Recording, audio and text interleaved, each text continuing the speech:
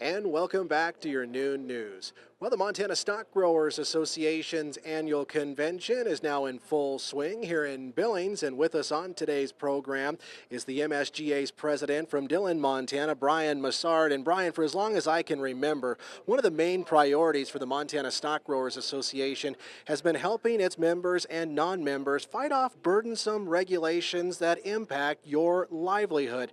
And what an announcement yesterday out of Washington, D.C. regarding one of today's regulations, the Waters of the U.S. rule. That's a huge announcement, Russell. I mean, we have been working on this for 12 years. We've been beaten against a wall for 10 of the 12 years. And finally, with the new administration in there, we've got a huge announcement. I mean, we don't have to regulate ruts on a muddy road anymore or low spots on our land, and that's the federal government does not belong on my place regulating my water, and that's a big announcement, and so we're very grateful for that, very excited about that. That's a step in the right direction. We've actually seen execution to change. This is a big one. You know, another one coming out of Washington, D.C. for the livestock industry, and certainly those men and women who haul our livestock to and from market, is trying to finalize the new regulations, make them more easy to navigate through, if you will, for ELDs and hours of service.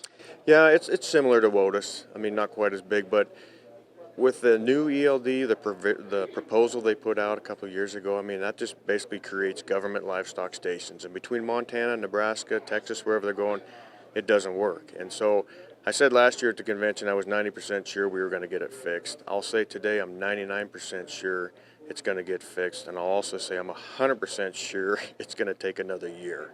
These things take time, and we are going to get longer hours of service. We are going to get some reasonable regulations, and I want to thank all three of our congressmen for helping us with that. It's been very helpful. Hey, last question before I let you go. What about these export markets and the importance of opening up new ones and strengthening existing ones?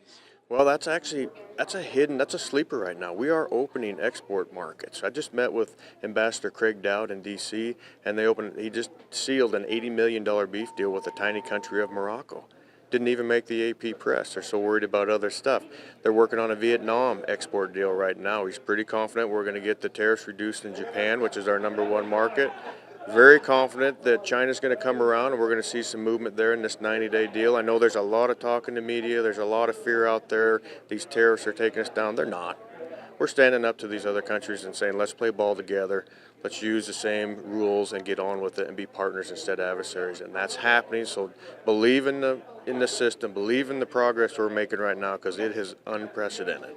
Hey, thanks for being with us today. You betcha. Thank you, Russell. And of course, those X markets that Bryan just mentioned are in fact creating more value for those cattle that we raise out here in Montana and Wyoming.